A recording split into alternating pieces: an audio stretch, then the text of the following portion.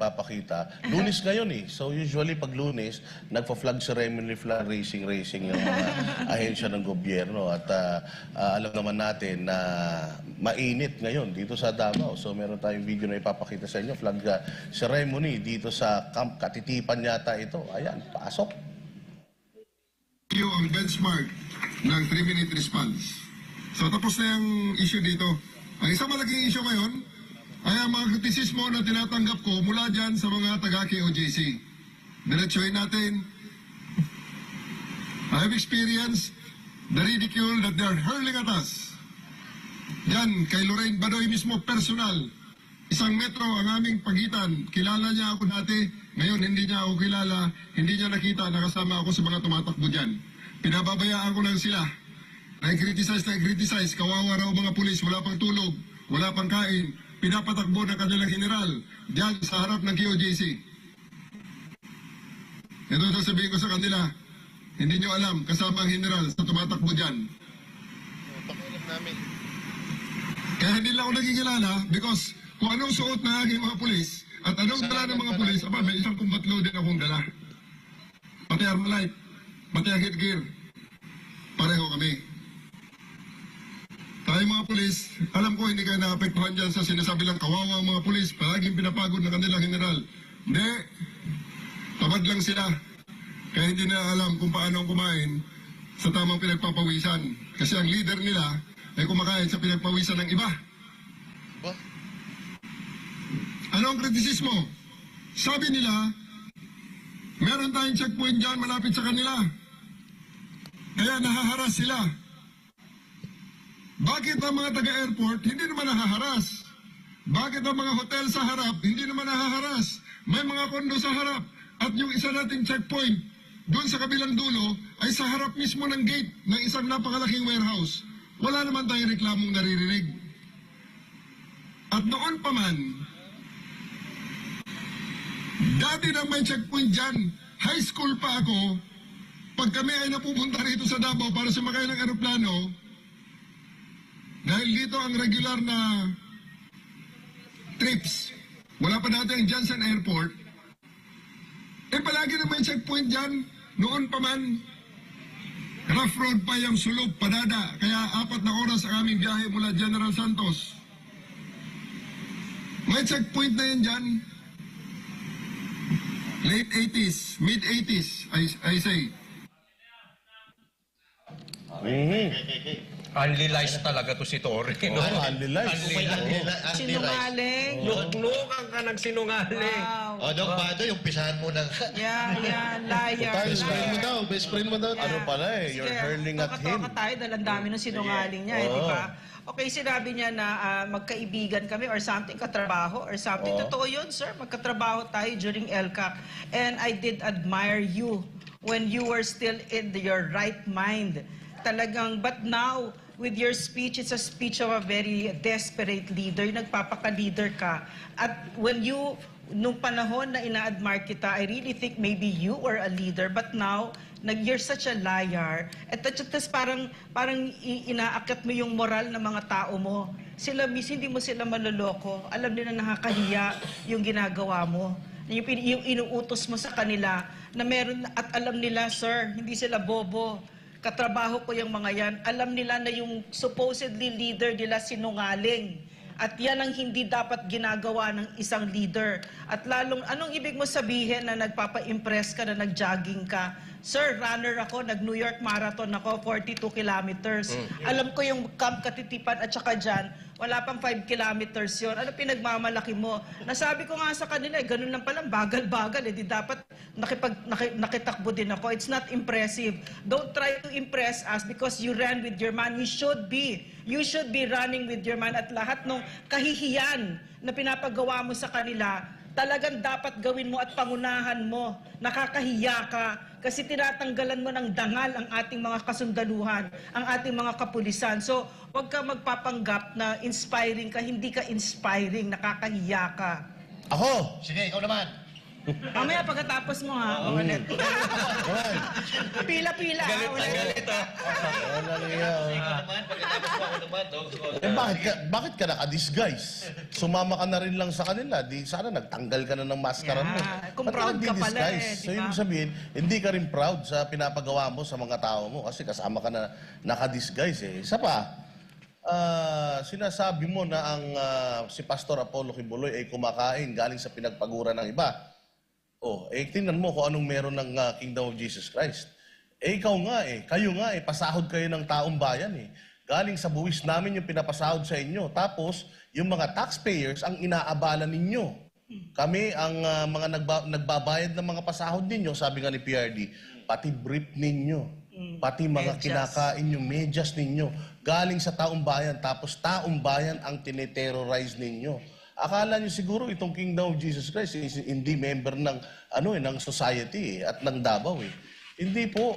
Ito pong mga to ay mga Pilipino din. At every time na nakikita nila na ginagawa niyo yung kalokohan jogging nyo na yan, terrorize nyo po sila. May mga bata po dito, estudyante, mga matatanda. Araw-araw na ginagawa po ninyo yan. Natiterrorize po sila yan. At kaya mo ginagawa yan, hindi kayo para mag-exercise. Kasi para takutin talaga yung mga tao dito. Hindi naman tanga mga Pilipino eh. Kung sa tingin mo, yung mga kapulisan na kausap mo ay naniniwala sa sinasabi mo, dream on. Banas na sa iyo yung mga yan, sigurado ako. Pinahihirapan mo sila at ipinapahiya mo sila. So parang sinasabi mo na nakasama ako dyan. So, ano ngayon? Dapat lang naman talaga ginagawa niyo yan eh. Sa totoo lang eh. Ang dami, pera ng PhilHealth, ninanakaw ng gobyerno. So pera namin, yung ginagamit ninyo para sa araw-araw na pamumuhay ninyo. Kaya dapat pinoprotektahan nyo kami, hindi nyo kami dapat tinatakot. Oh, tsaka he doesn't even have the courage to admit what those checkpoints are for. He's trying to pretend that those checkpoints are for the airport, for the people of Davao, when in reality, it's really to harass and intimidate yung KOJC. But you don't even have the courage to tell the truth, General Torre. You're lying up face to face with your men and women, the men that you are ordering and supposedly leading. Matagal, ngayon lang nagkaroon ng checkpoint dito. At saka yung airport, medyo malayo yun. Hindi yun Oo. dito. Nung 80 sa kabila yun. Yeah, akala mo, sir, no, nanloloko mo ang Pilipino. Iniinsulto mo ang katalinuhan namin. Correct. At hindi lang kami dito, kundi ang mga Pilipino na sinasabi mo sa pagsisinungaling mo na yung checkpoint na yon ay para sa kabutihan ng taong bayan dito sa Davao. Pero ang totoo, hinaharas mo kasi yung takbo mo hanggang dito lang eh. Wala pang 2 kilometro dun sa harap ng KOJC. Diba? Tsaka yung checkpoint na yon, matagal, years, wala yun. At yung sinabi mo, 1980s nung high school ka, wala pang KOJC dito. Seryoso. Wala pang airport dito. Nasa kabila pa yung airport Yes, yung nun. lumang airport, correct. O sinasabi niya hindi nagre-reklamo yung mga tao. Ano ka? Ang dami na naming mga nakakausap dito na bisita-bisita sa checkpoint nyo. Ang traffic na dahil sa kaka-checkpoint ninyo. Sa speaking of, Boss Dan, at mga kasama, speaking of doon sa hindi daw nila hinaharas itong mga taga-KOJC, ano po yung ginagawa nyo na nagbi-video-video ka dyan sa mga harap, gumagamit pa po kayo ng mga nakasibilyan, ng mga kasama ninyo, hindi po ba pangharas yun? Ito po ba, sabi kasi niya, hindi naman daw nahaharas yung mga may-ari ng hotel, hindi naman daw nahaharas yung mga nasa airport. Ang tanong dito, binivideohan nyo ba yung mga taga-airport? Binivideohan nyo ba yung mga taga-hotel? Hindi naman. Dinodrone nyo ba? Dinodrone nyo ba yung mga hotel? Kagabi nga, merong drone dyan na naman na palipad-lipad. So hindi totoo yan na hindi nyo hinaharas. Kasi natural, hindi magrereklamo yung mga taga-airport kasi hindi nyo naman sila binivideohan. Hindi magrereklamo yung mga taga-hotel kasi hindi nyo naman sila binivideohan. Tanging KOJC lang ang binivideohan nyo. Ang dami naming dito, ebidensya na gumagamit pa kayo ng mga girlfriend pa ng mga pulis or mga nakasibilyan na kasama ninyo para mag-video-video.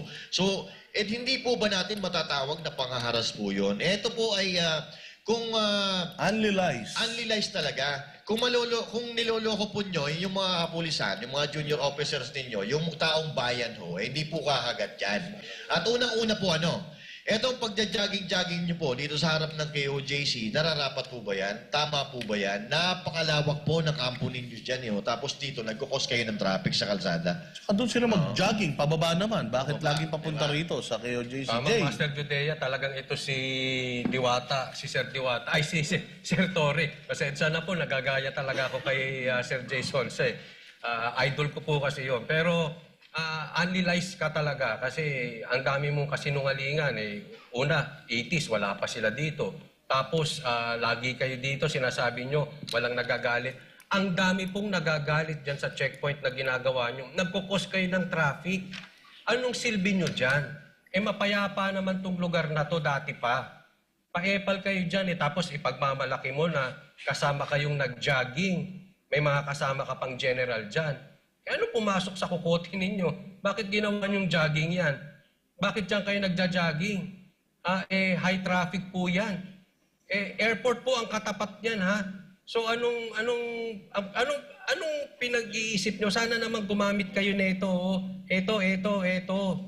Meron kayong kampo, hindi nyo gamitin. Diyan kayo nag-jogging-jogging. Sabi nga ng mga kasamahan ko, amoy putok na daw. Sila nagsabi kasi, isipin mo diyan ka mag-jogging tapos naka full battle gear kayo diyan. Bulletproof. Naka-ano kayo, di ba? Hindi po police visibility ang ginagawa ninyo. Harassment po yung maliwanag. At saka totoo yan, kahapon may drone pumasok. Naka-live kami ni Master Judea, nakita mismo namin. Hindi lang namin nabalitaan, na experience namin. Kaya hinaharas nyo po ang KOJC. Paano hindi naman magagalit sa inyo? Mag-isip-isip naman po kayo. Jay. Oy, best friend! Tore, a.k.a. Diwata Pares Overkill. Overlies. Anak ng teteng. Kung Tore, alam mo, kung nandun ka sa jogging, ba't di ka nagtanggal ng ng balot mo sa mukha? Ay, naku. Pinagmamalaki mo pa na nandun ka, di ka naman nagpakita sa amin. Hindi naman natin siya awayin. Tatanungin lang naman natin siya kung sa kanya gawin to, yung ginagawa niya rito sa KOJC, maganda ba? Yun lang gusto kong itanong sa kanya. Kung ito ba ay dumadaan pa sa human rights, kung nasa human rights pa ba itong pinaggagawa niya? Kasi pulis ka diba? Tsaka wag mo kami pagmalakihan na nandun ka sa jogging. Pakialam namin kung nandun ka. Ha? At ito pa, Tore. Kutis bayag ka lang pero wala kang bayag. Kasi hindi ka nagpakita ng mukha sa amin. Di ba? Yun lang. Pwede ko bang dagdagan? Okay. Sige po. Nalaman namin kasi, nung ini-interview namin si Patrolman, si Sir, na General Torre, ni-recall ninyo yung mga nasa Pakibato. Naalala ko kasi, yung Pro 11, highly multi-awarded itong police dito, yung mga police dito sa Davao, sa Pro 11, where you are now. But now, you are really causing them so much shame because I know the people there. Katrabaho ka yan sa NTF-ELCA ka. Umaakyat kami sa bundok. Tanong nyo sila, nagmumotorsiklo kami, ilang oras yon 6, 5 oras. Ang layo-layo na nararating namin. At nakita ko dun sa RPSB yung pagsisilbi nila at yung pagmamahal ng pulis sa mga indigenous people so that mapakarami sa kanila ang nagbalik loob sa gobyerno. So ang Pro 11, shining example yan ng kapulisan. But where are you taking them with your disgusting and immoral leadership? Nakakahiya ka. Kinuha mo yung mga nasa Pakibato na pulis at binaba mo dito doon sa bundok kung saan napakarami pang NPA na nagre-recover at nagbibigay ng laking kapahamakan sa ating mga katutubo. Binaba mo dito sa Davao, one of the safest cities in the world. Grabe. So ito pa, Doc Lorraine, may singit ko lang. Kung si Marcos ang pinaka-worst president dito sa Pilipinas, si Torre naman ang pinaka-worst PNP chief dito sa Pilipinas. Hindi PNP chip yan. Hindi Ano ba? PNP chip yan. RD11 lang yan. RD11 pa. Hindi, kasi, di ba, kaya ka nagpapa-impress dahil dun, di ba? Pero may may Yun ang pangarap. pangarap niya. May Yun ang pangarap niya, na maging PNP chief siya. So, hindi pa kaya man nagiging- nagpapasiklab siya ngayon. Hindi pa man nagiging PNP chip, worst PNP chip na grabe naman kayo. Pero alam Ito niyo ba, pa, noong 1980s pa lang, wala pang airport dito. Ano ba sinasabi niya? Tsaka yung sa Na condo. nag-checkpoint na daw sila dito? 1980s pa daw. 1980s pa daw. Wala pang airport dito. tingnan Nasa mo. kabila pa airport. Talahiban pa rito. Ito damuhan. Itong stretch na to, damuhan pa yan. Kaya ano yung sinasabi nyo, nagche-checkpoint kayo. Diyan pa lang, Wala nuklo pang ka na kayo ng KOJC. sinungaling. Yan. Wala pang KOJC dyan, damuhan pa yan, walang checkpoint dyan. So, mag-research muna kayo bago kayo nagsasalita. Ay, ito, Parang Tore. ano lang yan eh. Yung kalsada daw dito sa KOJC, itong Japan-Philippines Friendship Road kasing lawak daw ito ng Kalayaan Commonwealth na highway kita mo naman, ewan ko talaga Tsaka, dito Boss Dada, kung saan ano na naman? kumukuha ng ano to. Sunog na naman siya. Ayun. Ayun, nagja-jogging nga. Tore dyan sa mga nag-jogging, no? Pero kung tutuusin, alam mo, ayan o, nag-counterflow pa sila niyan. Di ba? Si General, meron palang official dyan eh. One-star General. Tapos kung meron tayong maipapakita na video, yung nag-counterflow mismo, naukupa nila yung isang lane na dapat dinadaanan po ng mga motorista. And yung mga panahon na sila po ay nagja-jogging dyan, rush hour yan, panahon yan ng pasukan. Pasukan sa trabaho, pasukan sa eskwela, di ba? Nagka-counterflow pa sila, biruin mo. So, meron pang meron pang official. May isang video dyan na talagang sinalubong nila, yung nandito sila sa side na nag-U-turn. Si Diwata. naman pala Si talaga Diwata. Kaya naman pala hindi namin ka nakilala eh. Akala namin cartoons yung parang Nandiyan pala si parang General, ginuhit sa papel Kayo yung naman, mukha mo, galit Tore. na galit kayo. Sabi nyo, nakatago yung mukha, nakalabas Hindi naman. Nakalabas pala eh. Pero siya ba yan? Parang hindi. Parang, Parang wait si lang, Diwata. wait lang, paano napapanood ko siya sa movie? Pero Parang wala. nandun siya sa Harry Potter. Pero sir, bakit naman kasi wala kang nameplate? Oo. Sana naman kasi may nameplate. Nakikita yung mga nameplates ninyo, sir, para sana, alam natin, kasi katulad niyan, jogging kayo, nakakover yung mga nameplates ninyo ng mga vest ninyo. Talagang di kayo Tsaka, Boss makikilala Dada, niyan. ano na naman to, panibagong sunog na naman siya. Una-una, doon sa sinabi niya, sa airport, tapos dito sa KOJC, 1980s pa pala, wala pa pala naman tong na to. Tapos ito pa yung sinabi niya, yung condominium. Yung condominium na sinasabi niya doon sa video niya, ginagawa pa lang yung ngayon. Ano yung pinagsasabi mo na hindi nagrereklamo yung sa condominium? Ginagawa pa lang yun. Anong nakatira doon? Multo? Hindi, tsaka isa pang tanong, bakit Bakit huminto na yung pagpapajogging mo, sir? Kondisyon na ba sila? Ready na ba sila? Kaya pinahinto nyo na? Kasi ilang araw yun, no? Ilang araw dire-diretso na... Apat na araw ng dire-diretso nagpapajogging kayo. Pero bigla nyong pinahinto. Bakit nyo biglang pinahinto? Pero Boss Dada, sa tingin ko mas maganda nagtakip na lang sana siya ng mukha. Masagwa no? Grabe naman kayo. Sa kanina, sinasabi niyo bakit nagtakip ng mukha. Tapos ngayon, pinatatakip niyo. Hindi alam ko na kung bakit nag-stop yan ng jogging. Boss Dada, Ma'am Lorraine. Kasi babalik na yan sa Pasay. Magpaparis na siya ulit. Pero hindi, ito, seryoso. Ang tanong kasi dito is, bakit mo sinasabi yon sa mga kapulisan mo? Demoralized na ba sila? Bakit kailangan mo silang kumbinsihin na tama yung ginagawa nila? Hindi ba nila alam sa mga sarili nila kung tama o mali yung mga ginagawa nila? Doc? Alam mo, mga kababayan, yung Pro 11, matagal ko nakatrabaho kasi nga hotbed ng NPA ang Davao Region. Nung umupo si PRRD hanggang pagbaba niya, insurgency free ang Davao Region, no? Biro mo.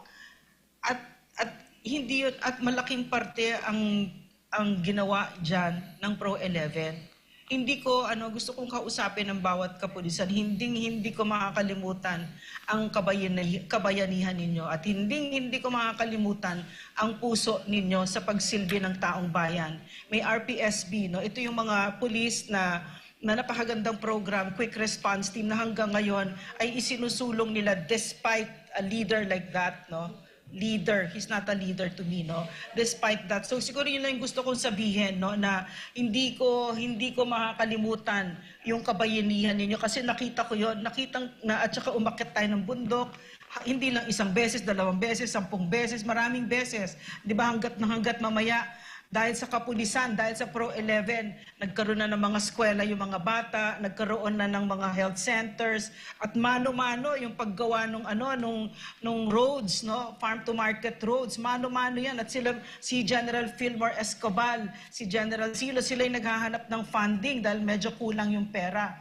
Pero yun yung nakita kong kabayanihan na hindi ko matatanggal yun sa isip ko at sa puso ko dahil lang sa ganyan. Meron isang bulok dyan. At eto, madugtong ko lang kay Doc Lorraine. Alam nyo, lalong-lalo na dito sa Davao at sa buong Pilipinas, huwag na ho tayong magtaka kung darating ang araw na dumami ang mga kapulisan na mga siraulo dito sa bansa natin. Kasi ini-impluwensyahan ng katulad ni Torre. Kaya dito sa Davao, nakakatakot yung ginagawa niya na yan. Kasi imbis na turuan ng magandang magandang pag-uugali ang mga kapulisan, ang ginagawa ni Torre ay tinuturuan niya ng mga maling gawain. Ito, tanong ko lang din kay Sir Torre. Natakot ka ba kay Ma'am Lorraine? Or natakot ka dahil may hearing bukas? Kasi hininto niyo yung jogging eh. Dapat kung sa tingin niyo tama yan, maganda yan, dapat ginagawa niyo. Bakit kayo nahinto? Kasi alam ninyo, Hindi, tsaka mali yung ginagawa ninyo. Nakakahiya yung ginagawa ninyo. Or, yun na nga, natakot kayo kay Ma'am Lorraine. Mas lalo nating aantayin yan. Mas lalo nating aantayin yung pagja-jogging nila araw-araw. Kasi Na-excite lalo na tuloy ako. kung kasama naman pala si General Torre na nagja-jogging Ayan. dyan, sa Aabangan susunod, namin kayo. aabangan na talaga namin kayo at talaga namang iisa-isahin natin ng mga mukha ninyo at talagang aalamin natin nasaan ba si General Torre doon kasi idol na idol Abangan ka muna. namin. So gusto ko talaga siya makita ng Pero ako naniniwala ko na si General Torre, Pogi. hindi naman siya ganyan eh. Palagay ko naging ganyan na lang siya nung pumasok sa kokote niya yung pangarap. Iyon. But Oo, anyway, kasi lahat talaga yung at all cost, yung by all means. Pero Pag, sana ginawa mo kung na yun. magja-jogging sila ulit, sumama. Kasi baka mamaya, alam na babantayan siya, hahanapin siya, bibidyohan siya, baka hindi na sumama. So wag mong ipag-jogging yung mga tao mo dyan kung hindi ka lang din kasama kasi magmumukha kang ningas kugon. Tsaka ito, may hamon ako. Torre, i-try mo na mag-jogging ka mag-isa. Tignan mo kung di ka mukhang tanga. alright. So ito lang ang nakakalungkot kasi bakit kailangan pa magsinungaling, di ba? Na obvious naman. Kayang-kayang sagutin yung kasinungalingan, na sabi nga nila, yung isda na huli lagi sa bibig. Ito taga KOJC mismo ang nagsasabi na dati daw, sabi ni Torre, 1980s, nag-checkpoint na sila dito. 1980s po, talahiban pa po ito at wala pa pong KOJC at yung airport po is nasa kabila pa. So ngayon, nagtataka lang tayo kung bakit niya ginagawa ito. Bumababa na ho ba yung moral ng mga kapulisan? Kasi kung ikaw ay pulis, halimbawa, ikaw ay junior officer at nakikita mo na mali na yung pinapagawa sa'yo, pero wala ka talagang magagawa Wala kang magagawa kasi utos siya ng general Pero, ang totoo talaga dyan, nawawala na rin ng gana itong mga kapulisan. Kasi, unang punta namin dito, makausap namin yung mga pulis dyan sa harap, na para pag ang hiyang-hiya sila sa kanilang ginagawa kasi nakatakip ang mukha, walang pangalan, walang nameplate and all that. So, yun ay isang indikasyon na hindi po sila tutuwa doon sa ginagawa nila. So, hindi po, wala sa loob nila ang ginagawa nila. Parang gano'n ang nakikita ko dyan. Kahalintulad yan ng mga nakakausap ko na nasa gobyerno ngayon. Kasi I look past Torres and I see, of course, Abalos, the head ng sa DILG under yung PNP. And of course, I also see definitely the President, Bongbong Marcos, di ba? So ano ba yung trait nila? Mga sinungaling din itong mga ito, di ba? So, yung mga public servants na nakakausap ko, na wala ding gana ngayon. Malungkot sila ngayon sa nangyayari sa gobyerno. Kasi yung joy ng serving, sa pag naglilingkod ka sa gobyerno, pag nakikita mo bumubuti yung buhay, may natutulungan ka, yun talaga yun, hindi mataas. Kasi si PRRD, nung umupo siya, sinabi niya sa amin, nung nag-oath-taking kami, sabi niya sa amin, there will be no financial rewards. Sabi niya, but, lalo pag hindi ka korap, but, there will be a lot of psychic rewards. And he really delivered on that promise. At kita ko yan sa kapulisan dito, yung kaligayahan nila na they would out of their usual hours, they would akyat sa bundok, swimming pa kami, gano'n, no? Para lang maabot natin yung mga kababayan natin na hindi pa nararamdaman ng gobyerno para maprotektahan sa NPA, no? So, gano'n yung puso ng pulis. So, itong si General Torre, I think is a symptom of the Marcos presidency. Tsaka General Torre, dating PNP chief na nagsabi ng isang senador na yung mga ginagawa nyo dito mali. So, bakit mo pa rin ipinupush at pinalulunok dyan sa mga tao mo dyan sa kampo na tama yung ginagawa mo? Kung yung isang epektibong PNP chief na yung nagsasabi na mali ito. At saka, yung sinabi ni Senator Bato de la Rosa na ayusin mo yung relasyon mo sa mga tao sa Davao dahil kailangan nagtutulungan yung operatiba at saka yung mga citizen para magkaroon ng magandang harmony, yung kumbaga yung maganda yung kalakaran dito sa Davao. Sa ginagawa mo, sir, hindi mo isinunod yung utos ni Bato eh. Parang nang iinis ka pa eh.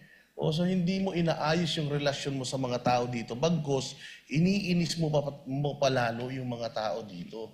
Umoo ka pa naman kay Senator Bato de la Rosa. So isa na naman kasinungalingan yan.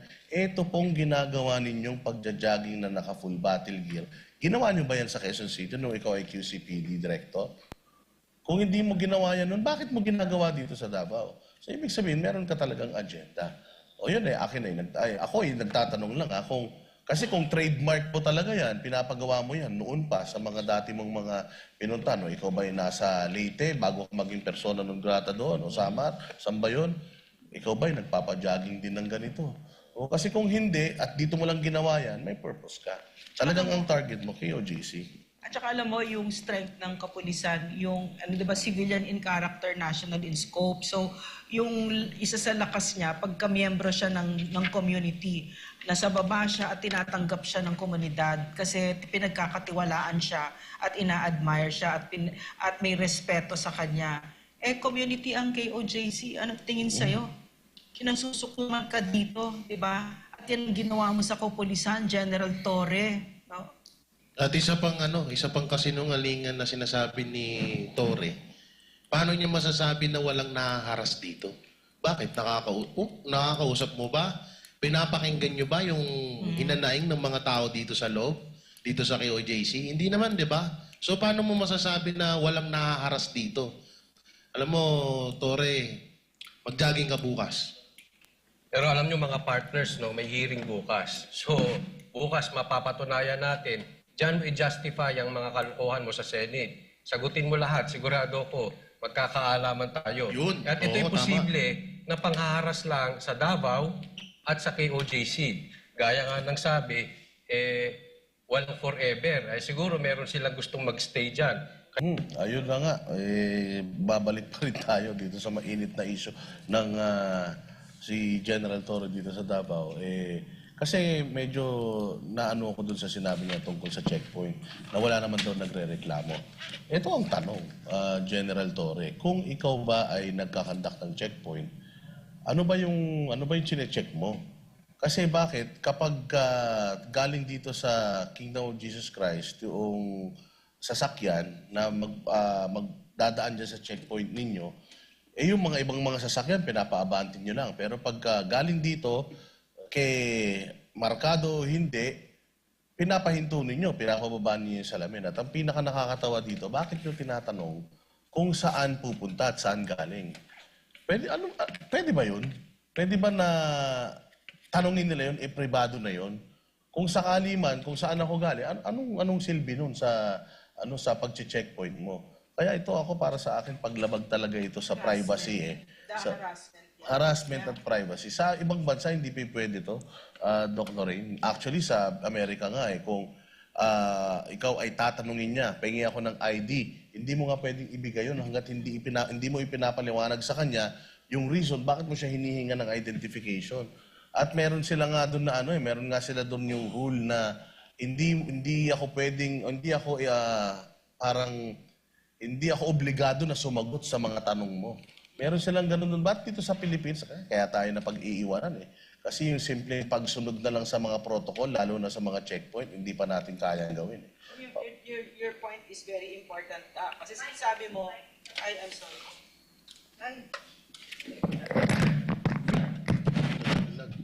Sorry. So, gusto ko yung point ni Dada kasi sinabi niya rightly so na may mga batas, 'di ba? Diyan sa mga checkpoints, hindi bara-bara, hindi pwede kung ano lang feel ng mga pulis na nandiyan. At alam yan ng pulis, pero sila mismo nilalabag nila yung batas, 'di ba? Our law enforcers emboldened by this General Torre, no, yung pagkaatat niya, no, at saka emboldened by Abalos, emboldened by this president, sila mismo ang naglalabag ng batas, 'di ba? So yun yung dinadaanan ng Pilipinas ngayon na ang president mismo very lawless, no? Siya mismo ang number one na naglalabag ng batas. So bakit pa tayo magugulat na bumababa, nagkakascade hanggang sa baba na ang message sa mga nasa gobyerno, pwede niyo labagin ng batas. Kasi ako mismo nilalabag ko. Hindi nga ako nagpapa-drug test eh. 'Di ba? O masusunod ako, 'di ba? Bawal nga at saka yung SMN na 'yo, pinapasarado ko kahit wala akong binigay na rason, 'di ba? At saka kung ano-ano, napakarami, hindi ko na alam kung saan ako magsisimula. In other words, a lawless president will really wreak mayhem and havoc and grief and suffering to its people, no? Which is what we are seeing right now. So, ako, short closing remarks ko, General Torre, hindi po kami ang kalaban ninyo, ang kalaban niyo po yung mga kriminal. At ito pong Kingdom of Jesus Christ ay hindi nyo rin po kalaban dahil isa po itong community. 5 tao lang, 4 na tao lang yung hinahanap nyo. Mag-focus lang po kayo doon.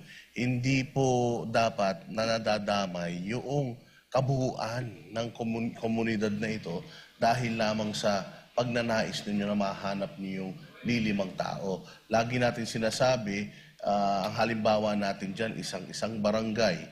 Kung yung kapitan ng barangay merong kasalanan sa pamahalaan, yung buong barangay ba ang nagsasuffer? Di ba hindi? Ang nililitis lang natin at ang hinhuli lang natin ay yung leader ng barangay.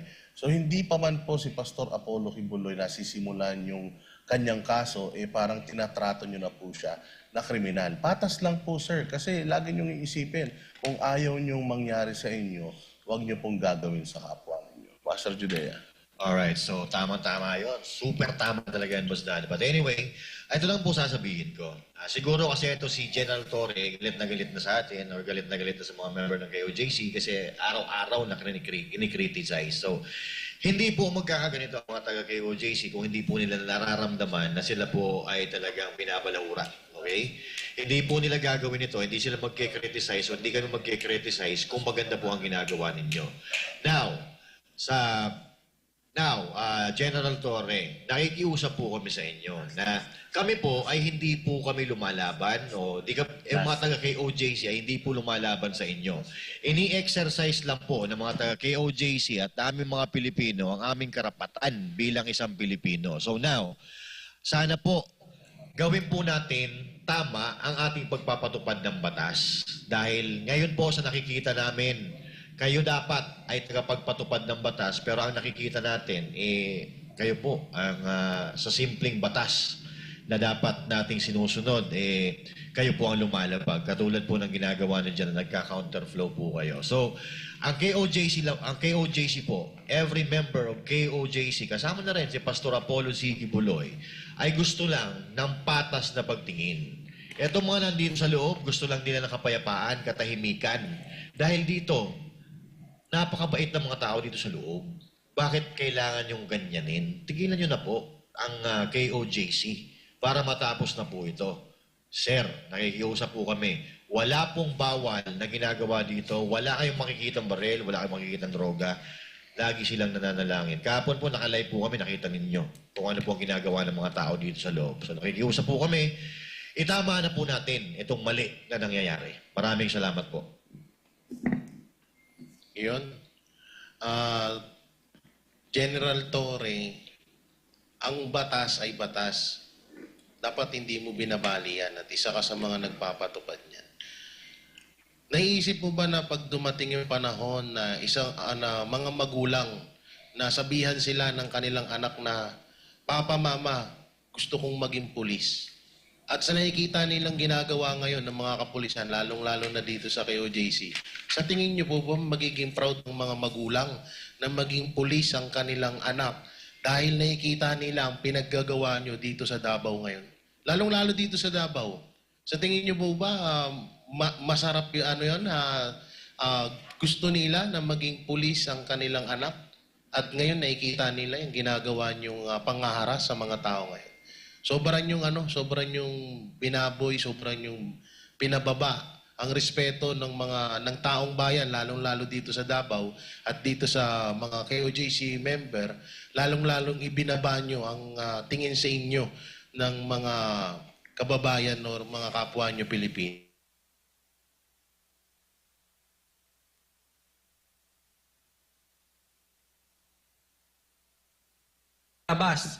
Sa labas mismo ng KOJC. So may mga audience po yan. Diba? Abangan nyo yan, abangan ninyo. Baka surprise, hindi natin alam. Baka Sana may mga pumunta audience, baka si BP Sara, malay natin, ano? But abangan po ninyo yan. Okay, so sana itong mga kapulisan natin, tandaan nyo po ang inyong sinumpaan.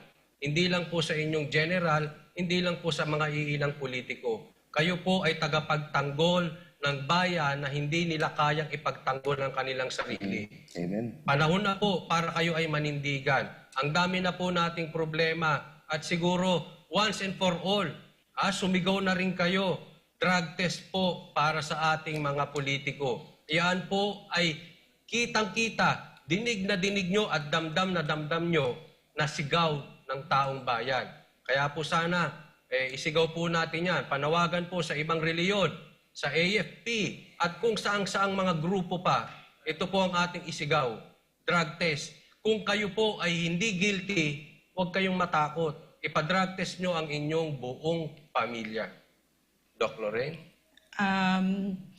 As of from August 10 to 17, 24 reported deaths, no, na ng mga bata na nawawala. Tapos hindi na natin din maibilang. No? So at hindi ito pinapansin, hindi ito lumalabas sa mainstream media, mga anak natin nawawala, no? Tapos merong kwento na organ trafficking pala ito. So, maraming nangyayari sa Pilipinas ngayon na nababalot tayo sa kadiliman. Hindi lang ang KOJC. Hindi lang ang KOJC. Kahit ang buong Davao, ginugulo nila ngayon at ang buong Pilipinas nakabalot sa kadiliman. At siguro isang malaking kamalian kung iisipin natin na political war lang ito. Hindi ito political lang. Nakikita ko na spiritual warfare din ito. No, so, gustong-gusto ko yung, for some reason, I'm very comforted by scripture. Kasi malagim ang nangyayari sa Pilipinas ngayon under the Bongbong Marcos presidency, the worst president that this country has ever had. So, nagpapasalamat ako sa inyo kasi meron akong favorite saying, no, sabi, all the darkness in the world cannot extinguish the light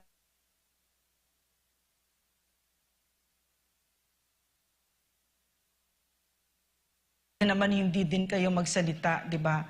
Pero naniniwala kami na yung ilaw ng katotohanan kahit na isang kandila 'yan, lalo't lalo na pag nagsama-sama tayo, hindi matatalo natin ang kadiliman.